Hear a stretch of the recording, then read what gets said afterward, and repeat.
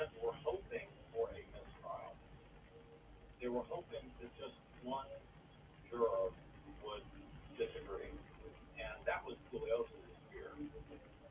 Mr. Giuliotti, obsessed with this case, was with his life. He wanted to win.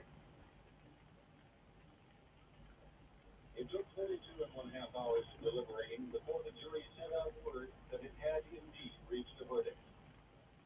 They filed back into the courtroom, and the verdicts were announced. Guilty. Unanimous. Charles Manson and 3 girl members of his so-called family were found guilty of murder in the first degree. All hell broke loose. After months of speculation, fear, there was great relief. District Attorney's Office and I are very, very pleased with the verdict. That goes without saying. We're all very, very happy.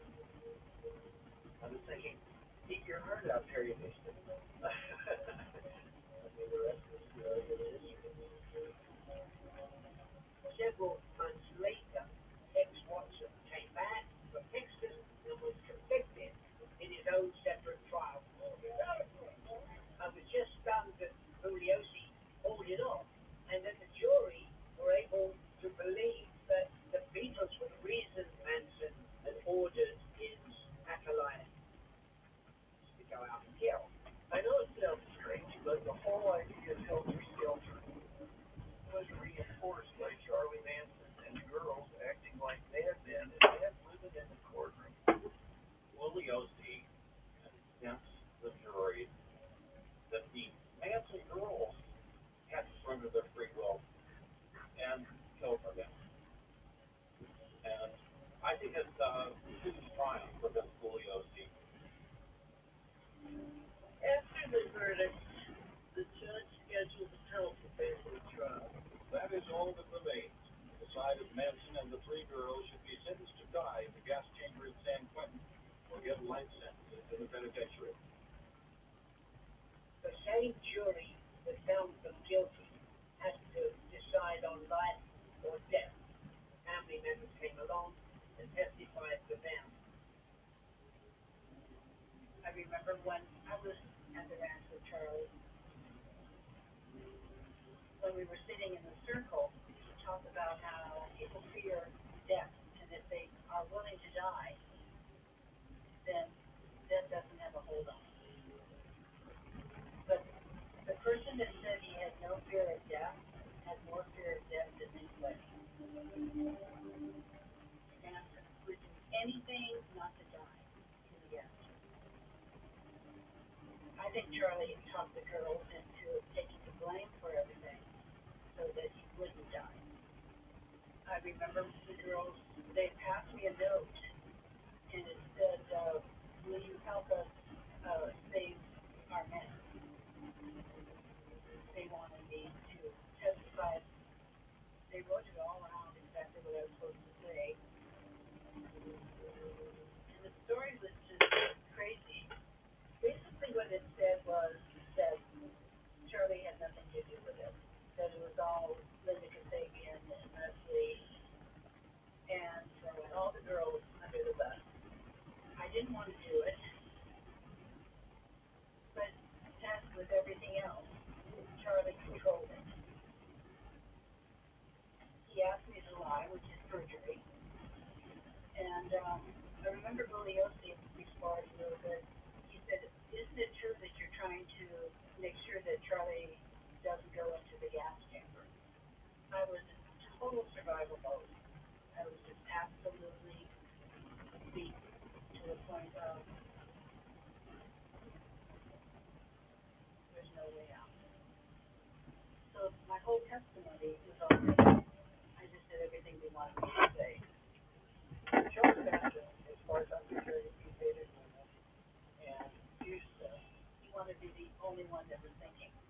And that's just to be one. It's just all.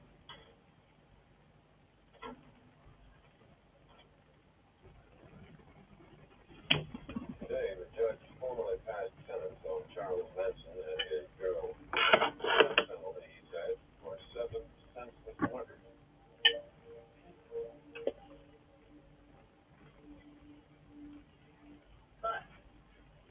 Charles Manson nor any of his followers were ever put to death because the death penalty in California was outlawed months later. Manson's life was spared, and he would live out the rest of his natural existence as a state of California prisoner. Bugliosi had a very interesting reaction to this. He felt that because Charles Manson had lived the majority of his life in prison, he felt at ease in a prison, and so it's not a punishment. Bugliosi felt Charles Manson had won. But Bugliosi wanted to stay in court. And when his book Helter Skelter came out, it became a bestseller. Without the book Helter Skelter, Charles Manson wouldn't live on in our imagination. Helter Skelter is the biggest selling true crime book of all time. I remember picking Helter Skelter off my family bookshelf and just kind of reading it and hoping I'd be like, this is great. The success of that book convinces the world that Helter Skelter, this idea that Manson wants to start a race war, that's the motive. That's the only motive. There's no alternative, and that explains somehow his life. That belief is widespread today, even though Manson's family members and others who have studied the case say that Charlie masterminded the murders only to free his friend Bobby Mosley from prison. I also think that it was no accident that Charles Manson sent Susie and the others to the former Terry Meltzer house. I think Charles Manson was sending a message to Terry Meltzer, the record producer, for breaking his heart on a record deal. I think that was part of his motivation too. John was a tiny guy, 5'2". And when he went to prison, he was incredibly weak. He could have had shit beaten out of him by other inmates. Manson needed protection. So what he did is he turned the X on his forehead into a spot. Prison is very racially segregated. And Manson endeared himself to white nationalists as a neo-Nazi. And that got him protection in prison. For Manson, it's whatever he needs to do to keep himself safe. When he was in jail, I don't think that Charlie was ready to stay in jail. He didn't know. Do you feel any responsibility for what happened that night? Yeah. You feel no remorse for what happened that night? How am I going to feel about it? What am I supposed to feel remorse about? It was just, you feel no remorse. I said, can't you understand I'm not guilty of anything? Psychopathology is a more recent area of physics. So we never formally called Manson a psychopath, but he definitely had a disinterest in what was happening to other people at the time, and he definitely didn't care as other people got hurt. All my life I've been a crook. Not because I chose that, because I was born into it. Everybody tells you, well, the choice is yours, but the bottom choice is you can either commit suicide or continue on living in hell. Looks like every tribe told you to go in the way. No, it doesn't. That's where you're wrong. You will always lose.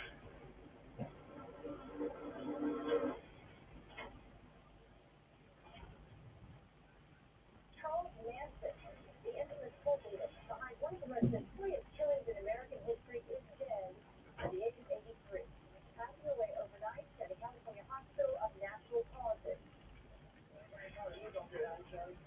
Charlie died in some helpful way. A very fulfilled man. He wanted to be important. He wanted to be famous, and by God, he did it. For me, the draw to Charlie was he made me feel like I belonged. I was a cult then when I was in it, but now that I'm out, it has all the earmarks of a cult. I kept living with Charlie a secret from most of the people that I knew. I certainly did not want my children to be thought of as their mother was a Manson member. I'm always amazed at the depths of depravity that humanity can go. But in the end, every experience shapes us physically, mentally, emotionally. And I want to tell my story for that reason. We can't change the past, but we can learn to become better people because of it. The harm that I did was being Charlie's mouthpiece and hurting people's hearts and souls. I'm making the best of it now by trying to be kind to others and help others all I can. After I escaped from Barker Ranch in the desert and got home with my folks, I was not okay. However, they were unbelievably supportive of me, and I was very grateful for that. And luckily, before they both died, I was able to tell them thank you. I said things about my behavior when I was with Charlie. It wasn't me. It was somebody searching for something. I was trying to run to a place where you could love and be loved, and I thought I had found it, but you're not that.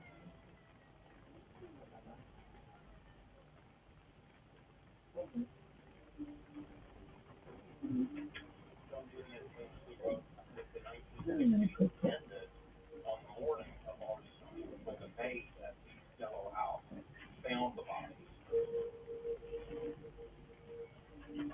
Charles Manson killed the hippie movement. It showed that those peace, love, and understanding values could be twisted and perverted if a cunning enough con man like Charles Manson took control.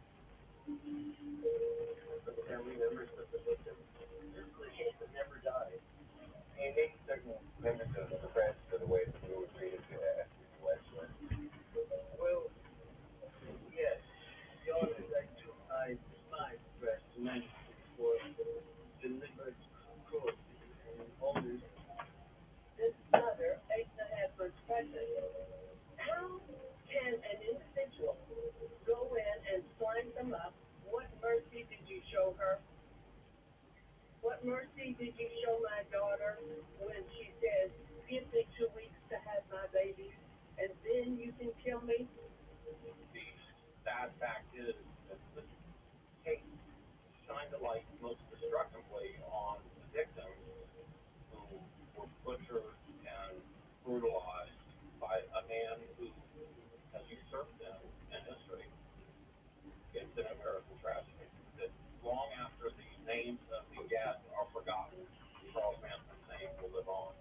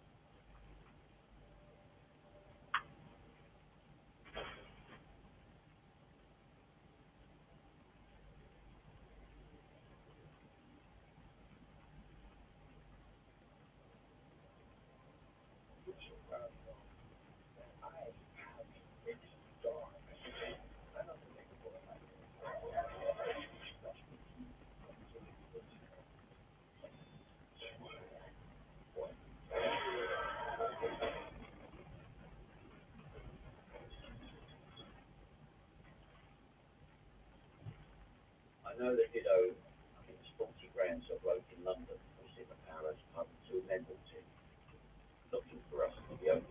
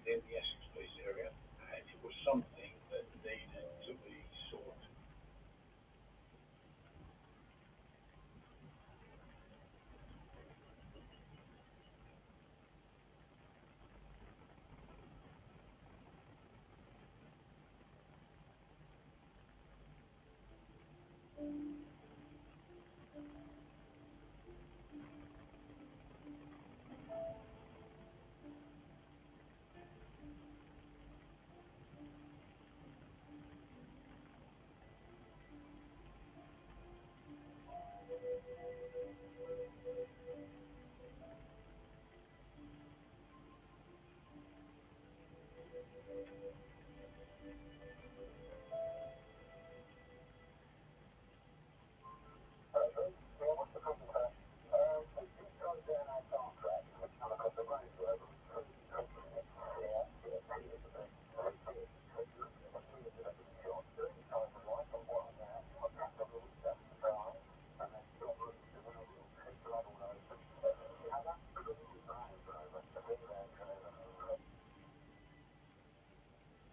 Range Rover had driven down this driveway.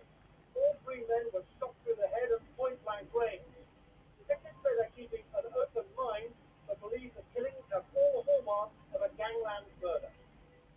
And that's how it was, and that's exactly what Right, will you ring us back to this bed? We're worried. Will you ring us straight back as soon as you can?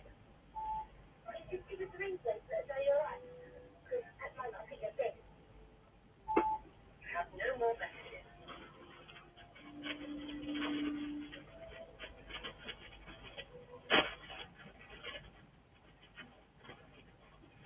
My name's Paul Leary. I'm a former police officer. I served as a detective with Essex. So in 1995, I was a young detective. December comes along and it's a cold, bitter cold day. Phone rings and we are informed that there is a murder that's taken place in Wrexham. A resident is mid-Essex, down by towards Southend, and three males have been found dead in the back of the Range Rover, a place called White House Farm. I visited ex-detective superintendent from Essex Police, served with Essex Police for over 32 years until my retirement in 1997. I've spent a lifetime on criminal investigations, and every time that somebody commits a crime, in my book, what they do is they throw a ball down to the detective and they say, I've done the crime, if you're good enough to catch me, then, you know, catch me. We were quite excited, is the wrong word, because we would have ordinarily been drafted on, some of us would have been drafted on to work on this particular investigation, and we would have gone to work on this particular note. On the morning that I received this phone call, I attended the scene probably in the morning, which is probably 2 or 3 hours after these people had been discovered in the lake. The scene of this murder was down a very narrow lane. It's midwinter. There had been a snowfall, not a heavy snowfall, it was a scattering of snow. The lane itself was quite overgrown on either side, so it was dark and restricted. There was no houses nearby, there are open fields at the back and around where the vehicle was found. So the chances of people hearing or seeing anything were fairly remote. The three murdered men were fairly active in drugs dealing in the Essex police area. Tate was a well-known violent criminal.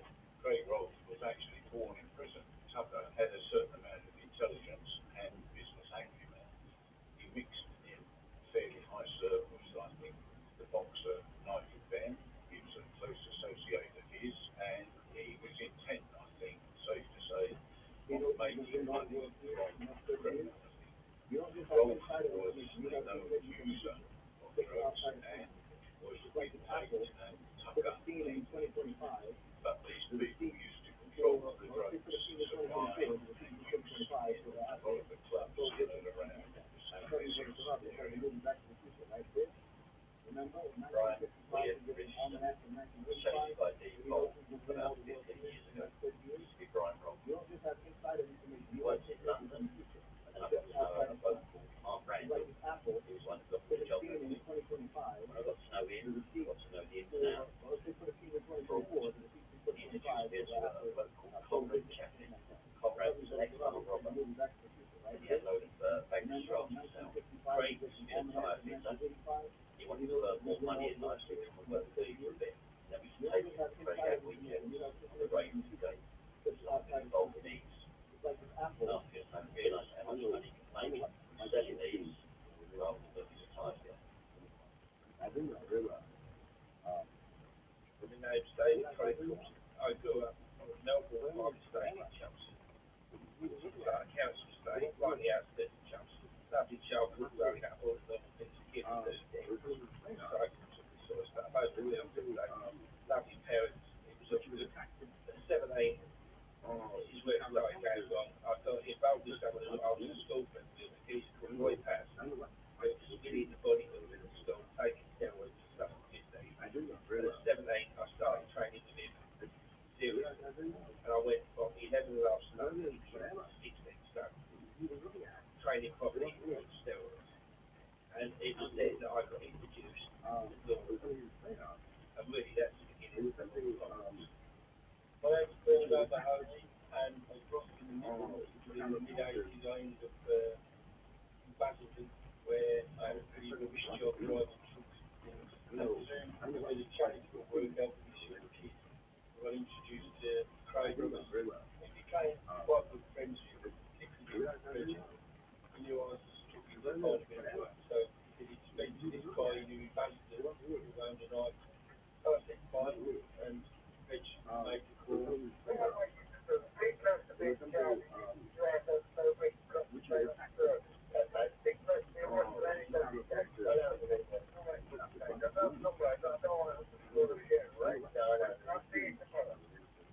I first met Tony when I was 87. What it was, I was working part-time at a club in Basildon called Fat Games, which was at a hotel. I was working there sort of part-time, I think 1 or 2 nights a week. And then all people back then, it was a small circle, a little thing called the gym, it was all sort of like, we knew him, we didn't know him, one of us helped him. It was very sort of connected. It was quite a small circle. So obviously, it's like any sort of door person, anyone will tell you, if you're good at it, you'll find extra work and stuff. People will want to hire you. So how I first met Tubber was, I was asked to do nights at a club in South End, called Chicago. And Tony was head doorman there. And that's the first time I met Tucker. Ruggles and petty things, like batteries, cheer shops for just once, there's a racket, super cool. Houses. But I should say, and I was with as well, so one of my managers say he was all in. I got involved in things that I shouldn't have got involved in. Then slowly got into the truck game. Then he went to the nightclub game. They wanted more power, more clubs. So then we get that as my friend Tony. Tony had the doors. Okay, Craig was the drug person. Tony realised he could make more money from Craig with the drug game than what Craig could get drug-wise. And he would on his own do the doors. Yes, the Craig was maybe to make Tony's muscle. And when that's what makes you need muscle, you can't run it on your own. So that then night to one a Friday night, meet the equipment, and I did. And it was a really violent, strange day where people either like fornicate or fight each other. That's pretty much everything that went on here. And I got the job. I settled in well. Settled in too well with you. That was a very violent thing. And the guy who ran into the side, he jumped back to me, really traded in it. He was just invitations in the playground and they thought take it to the grades. So one of them got through there and said, take it to your door, let it back in or come round your head or do this stuff. And he used to give me what I thought that's not the way things should be. So I called him to and he didn't trouble down language violence. So I started thinking to myself, the longer I've been, really violent. And the normal walk there and the following day the marketing manager, records manager, you want to take over. Then I just, and I had to try it. I really wanted to come back. And they wanted the same problem as me doing it. So I said, right, I need to make side. Another Sunday I used to work for the Olympic Fellowship. And whilst we were down there, I got to know Tony too. He's got a really big guy, he's really alright, sort of nice, reasonable as well. And he had a big store first. And I said, do you want to come in crackers with me? My invoice and Norman to make your hair. So he went down with the second version of it, in the edging the private fee. And I went to speak to most of them, and they wanted a big event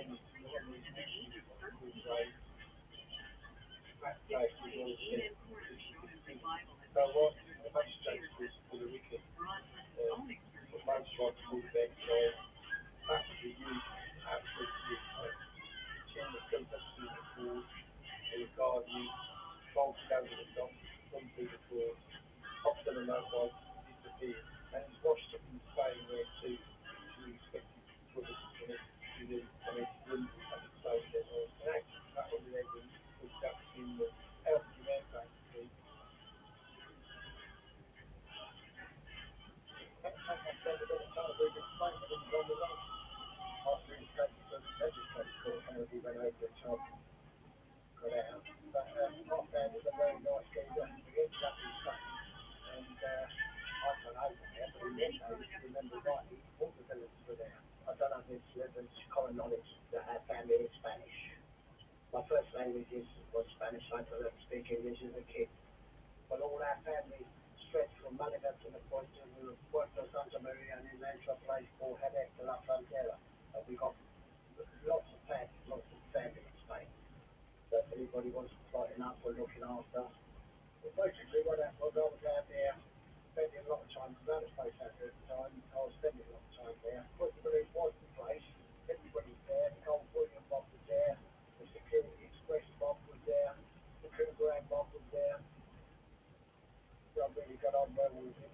I liked him a lot. And obviously he was on drugs at the time, you know, and the stuff that happened consequently, obviously, you know, once they start putting drugs up their nose and mistreating other people, then obviously people are going to get what it's like. I started working at Hollywood Ipswich and being accused of being in £495,000 I wrote by a group for hijacking.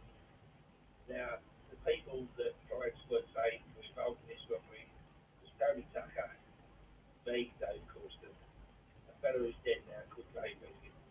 You've got another fellow who's alive, and you've got another fellow who was called in and questioned, who was, they said was the government, but he was released, he's never been charged to this day. Well, what happened was, it was an armed robbery in East London, hijacking, nearly £500,000 went missing, and it was 7 months after this robbery that we got arrested. Well, 3 of us got arrested. So what it was, after interviewing me and John Aikens, the van driver, get remanded at Chelmsford Jail. Now, the minute I walked in Chelmsford Jail, 18 stone and time for working up with something. The first person I bumped into, he run the jail back then, was Patrick Tate. Right, straight away, we had a conversation of this sort of thing. And I've got the utmost respect. I don't know if you noticed. Yeah, I was David Wales, the son of Great Ireland, Ireland. He asked me, so that's how I respect that. He was trying to set up a case against the today's reforms. It's just amazing. And which shows how powerful are the side that they cannot win an argument. You also try to take the point. Also, it's more of your life. Of course, I'm in Tehran. I don't know how you're supposed to take my life away from me. But the point is that this is not a society of freedom. This is not a society of equality. This is a society in which it's speak, it's truth to power, you can be serious trouble, you got me down straight away from the street, and what a job with the authority, you can be arrogant, the next goes to say to the liberality, you were trying to set up, who actually shot Kate later on, trained together, we left together, and last together for 7 months. Then at the end of 7 months, we had the only single cell in Chelmsford Jail, every other cell was done. Then Pat got sent to Wales side to start his second sentence. I moved into the single cell, which was given his single cell in Chelmsford Jail, and that told him, which made a lot of money. I don't want to discuss it with me. I majority with time. When they did come to pick up the court, yeah. Destroy your life. Of course, I'm in Tehran. I don't know how you're going to take my life away from me. But the point is that it's not a society of freedom. It's not a society of equality. It's a society in which you see truth to power, you can be serious trouble, and you're in a position of authority. You can be arrogant like him, and he was trying to set up a case against the Tedeschi reforms. I don't know if you noticed, when I said that he went to Great Ireland, Ireland, he asked me, how many times did I go to the Ireland? He was trying to set up accused them to getting right into it, really good. And above the back, it's just amazing. And which shows how the powerful of him sitting away from where they cannot win an argument. So the fight is but in his own bad body, I don't know how he's going to take my life away from me, but the point is that this is not a society of freedom. This is not a society of equality. This is a society in which he gets to choose the power you can use spirit and if you are in a position of authority, you can be arrogant like him and get away. He was trying to set up I guess he's the dictator of God. I don't know if you noticed, when I said that he went to Great Island in Ireland, he asked me how many times did I go to the night, and he was trying to set up a case. I guess he's the dictator of God. It's just amazing, and which shows how the powerful are, how they have to be passed off. They cannot win an argument, so the fight it takes the court, the fight to destroy your life. Of course, I'm in Tehran, I don't know how he's going to take my life away from me, but the point is that this is not a society of freedom, this is not a society of equality, it is a society in which you can choose the power, you can be in serious trouble, and if you are in a position of authority, you can be arrogant like him and get away. He was trying to set up a case, I guess, it's a dictator court. I don't know if you noticed, when I said that he went to Great Island in Ireland, he asked me how many times did I go so that I could, he was trying to set up a case, I guess, he's a dictator court. And it's just amazing. And which shows how the powerful are, is how they have to be passed off. And they cannot win an argument. So the fight takes the court, the fight to destroy your life. Of course, I'm in Tehran, I don't know how you're going to take my life away from me, but the point is that this is not a society of freedom, this is not a society of equality, this is a society in which you can speak and you can use the power, you can use spirit, trouble, and if you are in a position of authority, you can be arrogant like him and get down in he was trying to set up a case, I guess he's the dictator court. I don't know if you noticed, when I said that he went to Great Island in Ireland, he asked me how many times did I go so that I could, he was trying to set up a case, I guess he's the dictator court. And it's just amazing. And we shows how the powerful are, this how they have to be passed off. They cannot win an argument.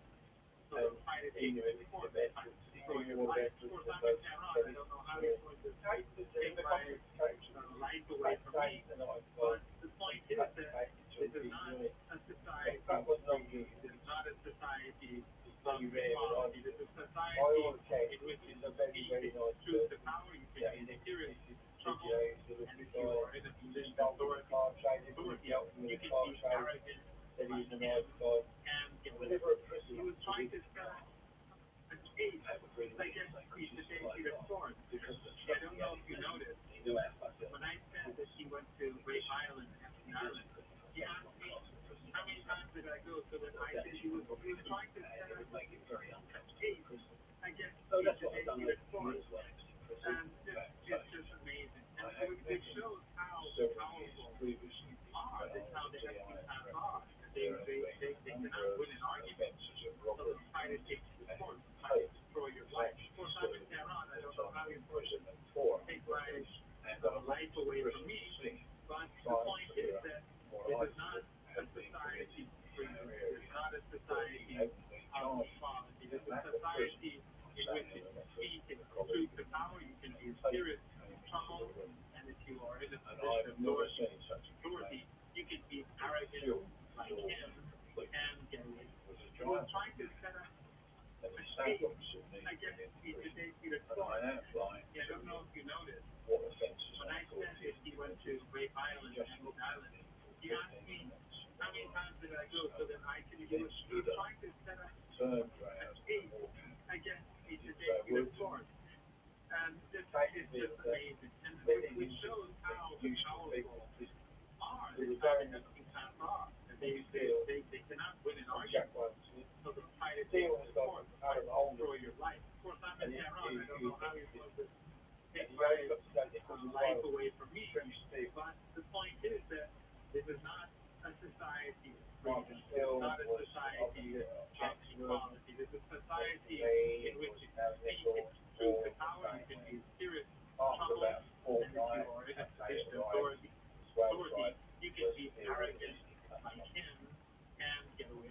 We're trying to set up a case, I guess, today to the court. I don't know if you noticed, when I said that he went to Great Island in Ireland, he asked me how many times did I go, so that I said he was trying to set up a case, I guess, today to the court.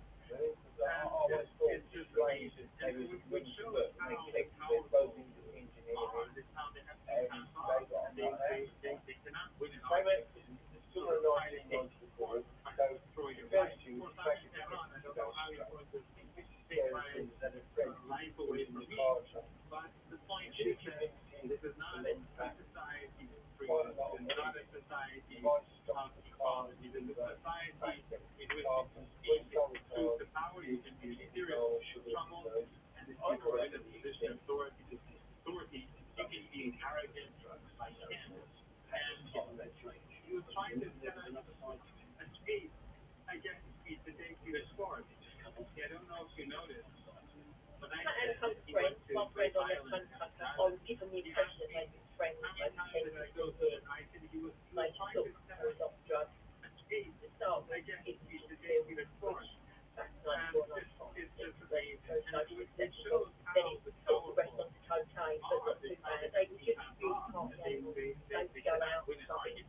So they'll try to take the court, try to destroy your life. Of course, I'm in Tehran. I don't know how you're supposed to take my life away from me. But the point is that this is not a society of freedom. This is not a society of equality. This is a society in which if you speak truth to power, you can be in serious trouble. And if you are in a position of authority, you can be arrogant like him and get away. He was trying to set up a case, I guess, to take you to court. I don't know if you noticed, when I said that he went to Great Island in Ireland, he asked me, how many times did I go? So that I said he was trying to set up a case, I guess, to take you to court. And it's just amazing. And which shows how the powerful are, is how they can pass off.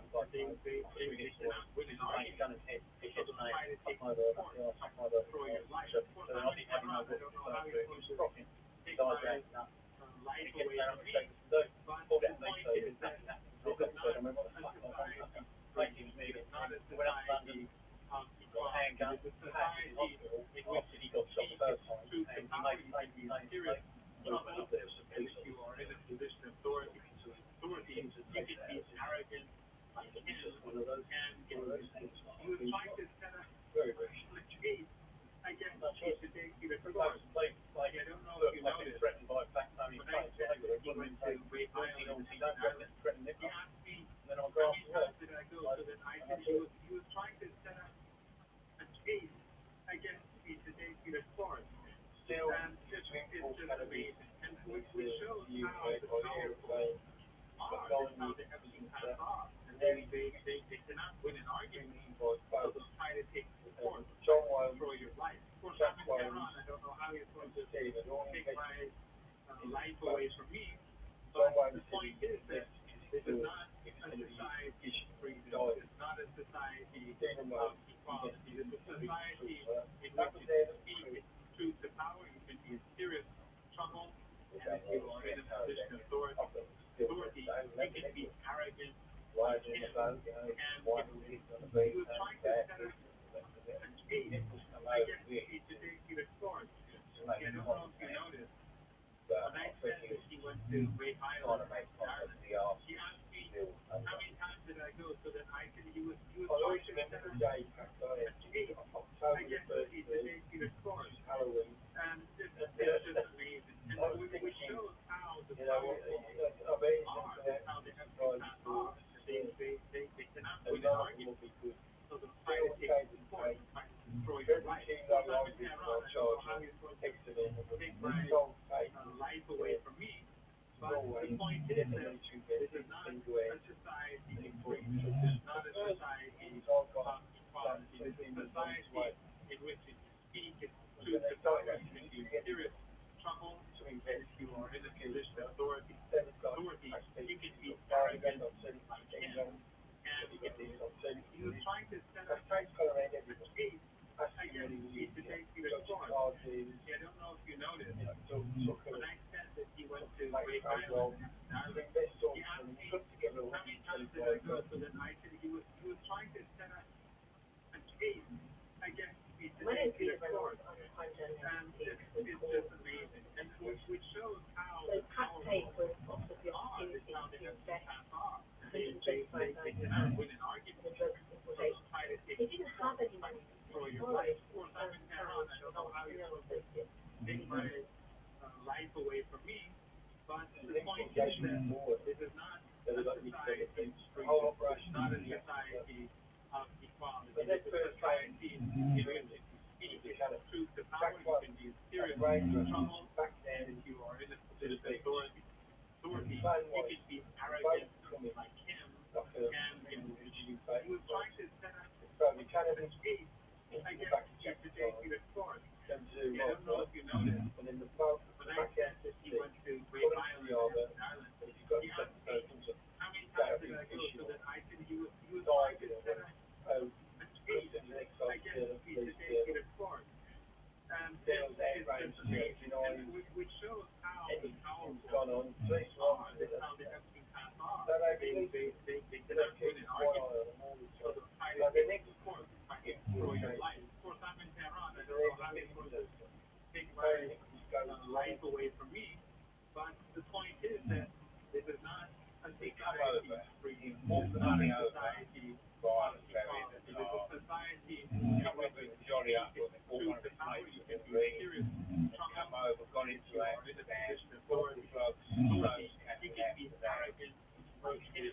And he was trying to set up a case against the debate reform.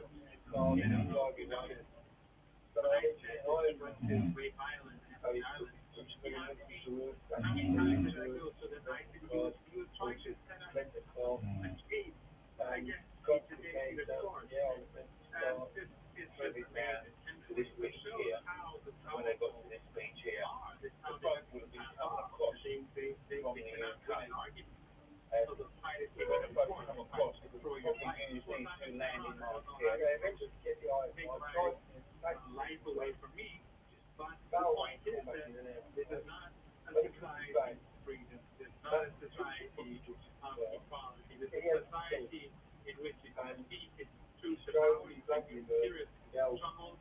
And if you are in a position of authority, you can be arrogant like him. And he was trying to set up a case against the debate reform. I don't know if you noticed, when I said that he went to Great Island in Ireland, he asked me how many times did I go so that I could, he was trying to set up a case against the debate reform. And it's just amazing. And which shows how the powerful are, how they have been passed off. They cannot win an argument.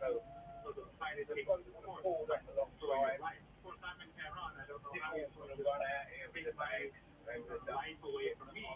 But the point is that this is not a society of freedom. This is not a society of equality. This is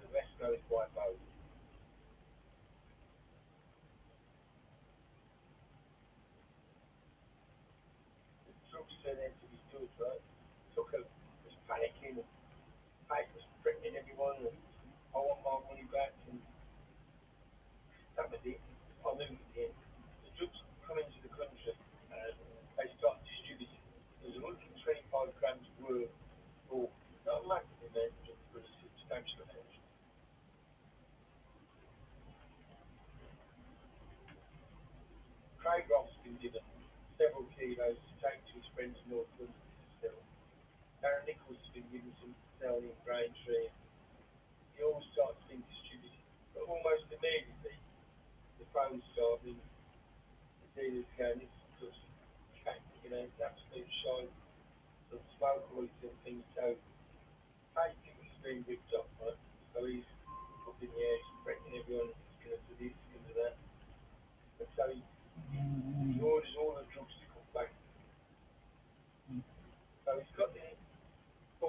on the back and say to people, you'll get your money off the investment wood, like everything, you know. But the judge, I thought, really usually agreed to refund it.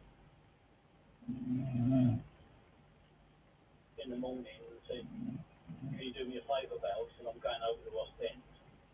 He said, I've got to pick up some cash off the power line. He said, I haven't got a clue how to get there. He said, I know you've had experience at West End because, you know, I used to import cars from Belgium. When we got to West End, I said, where are we going to meet? He said, well, I've got to meet my mate in this bar outside the docks. I said, well, I know the dock area really well. I said,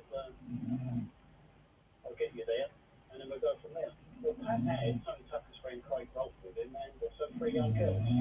So there was 5 of them, and me and Annette in another vehicle. We went to the bar. We was probably there about 10 minutes. Pat bought us all a drink. We were sitting there, and this fella stuck his head into the door and said to Pat, I'm across the road in the hotel. If you want to come over, and we'll sort out the money. Anyway, we finished our drinks, and off we went to the hotel. This is the hotel where everyone was going to stay. I went over to the hotel. Pat introduced me to his pal, that's Nicky Steele. Nick and I had a chat. I went from there. Nicky still had a bag of money, which he gave Pat. This is in the bar, in the hotel. Pat went upstairs with the girls and Craig with the bag of money. Come back after about 5 minutes and said, Val, he said, if you want your bit of cash for the cars, he said, come upstairs and he said, I'll sort it out for you. He said, plus I've got to give Nicky Steele a drink as well. So we went upstairs and he paid me for the 2 cars, gave Nicky Steele a drink, and we went after that.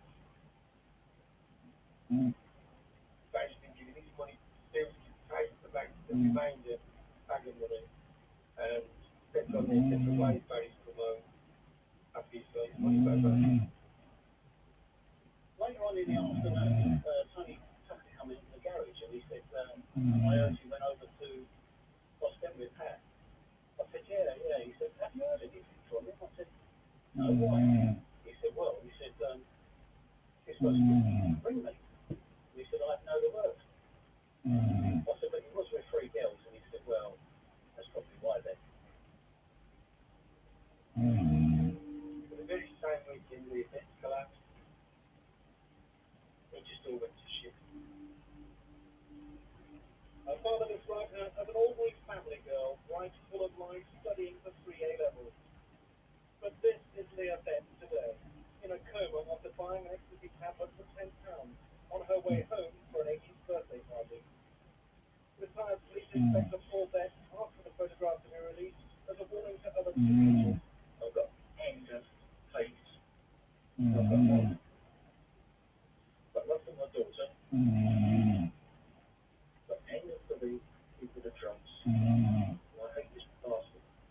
That's a pride. I knew the end to it. I knew Pat was on a downward spiral. And I could see it. And I tried to help him, tried to help straighten him out. But it's, as you tell a drunk not to stop drinking. You know, they just don't listen.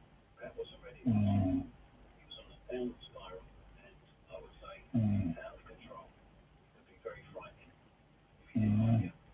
Frank's got the bag of money, and he's come home, sold him 40 grand worth of gear, what was good, but still doesn't know about, and he's also holding all the investors. The investors go, where's my money? Barry knew Tate for a long time, was very expensive, so he knew, if I want my money, I've got to go and get it.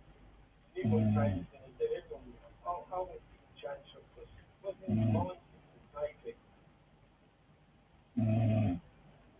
Now, still we paid all of the investment costs. However, Pat Tate didn't repay his investment in London. I've seen him go to some Yorkshire so he's got his coat. They go, yeah, I've got like 3 grams or something. Look what I'll buy it. They give him, he'd slap a man in the face and go, oh, for God. So he was like that, but he was paying him. So Barry obviously was wise, they come and got his money and he's got it. So when Tate's come home, all the investors are going, he's going, I ain't got it. They go, what do you mean you ain't got it? He went, steal, but they ain't got the money. So they've got, all right, fair. When I get it, they've got, all right, fair.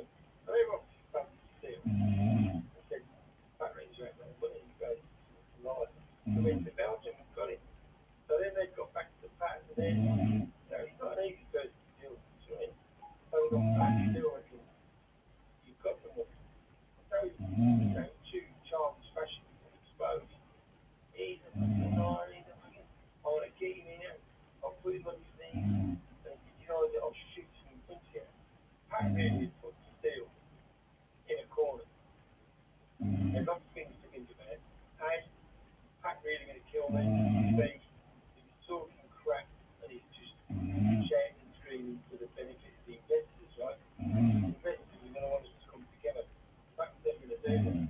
He's going to keep shouting. Don't you believe me? Why do I need to meet him on some of the truth? Ain't my word good enough? All that sort of stuff. What back in. And when questioned by Philip Leslie about this, Tate stated that Steele hadn't in fact paid him the money. But the underlords had like to establish a treaty, at which point Tate knew he had to silence Steele, or his face would Steele. Now, Tate came under the hand to murder Steele, but he told Blendell that he would drag Steele before him, and if he lied about it, he would shoot him in the head. That was it. That's what he was thinking. That created then the act the bad feeling. And Tate's ranting and raving, to everyone really. He's ex-missed by then, Sarah Sills. He's round her and he's gone, I want to take you in for it. And he ain't coming back. It didn't really kind, but Pat was in prison, he's out to her. And so she was put down. Father of her son's going to commit to murder. And her friend who's out is going to be murdered. She's in a bit of turmoil. She thought, I better warn him. So she's contacted me. They met and she goes, look, this is what Pat said. She's got to tell what he meant. And then the morning then, he's got to think, he's absolute crap, he's just talking the talk. What he's going to do, he's talking about, if he don't do it, he's got to pay all these people. It's going to come to a head somewhere where we're both put together in front of these investors. Say, well, are you lying?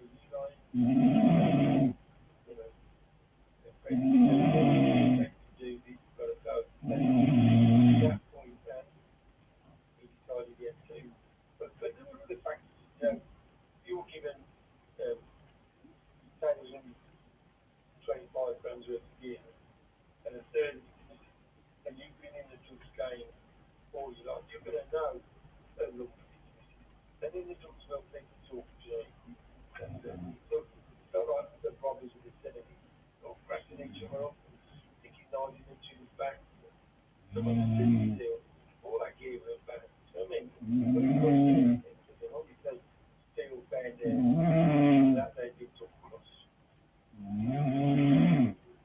Now, a short while later, possibly in a drunken state, he told his partner to go for him, and he'd be going north with Mickey Steele, and Mickey wouldn't kill that. So as you can imagine, Sarah was horrified by this, and she told Mickey what had been said about him. So Steele's got a friend from the bank, he's got a friend from the investors, so he's got a lot of money, you know what I mean? He's got a lot of money, so he didn't want to follow him, and he's still got a risk to the investors. Damaging him or whatever, or he's got a risk. So Pat shook him in a very, very tight corner, and he wasn't going to let him leave, so Steele said, he's got to go. I am pretty certain that if he thought that he was under threat by these three characters, one of them certainly was capable of carrying out that threat, and that was Tate. Michael Steele felt pretty certain that he was going to get him first. He enticed these three people down. I don't really know the reason. Gave for that, but I can surmise that it was said to these three, this location is ideal for me to do a drop of drugs from the airplane, and I would like you to come and sit. So it's not attached to lure Tate as well as the name. So they come together and they say, we've got to do this, we've got to put this to bed. While all this was going on, on the screen,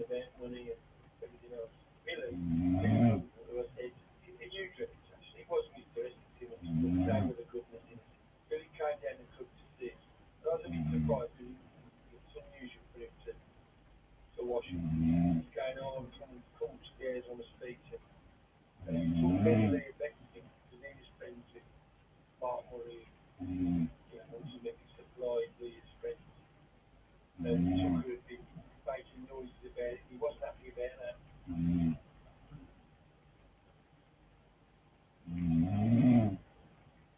Well, I went to the club there with you guys, because, you know, there was a bit of a conflict and I needed to talk to you, you know.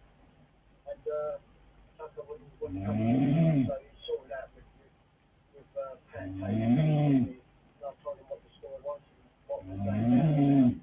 But they're upsetting the young people, and they're not prepared to come and talk about it. And I said, you feel like you're winning all the time now.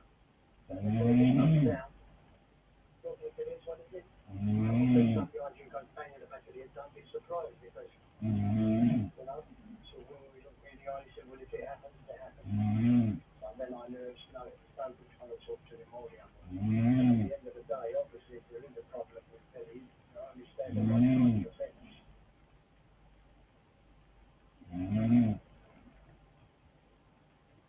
What really surprised was he kind of revealed in a roundabout way, very seriously, that he gets quite a bit of money, about 40,000, at scheme to import the cannabis from Steel. And he said he needs to get hold of them, not just Pat.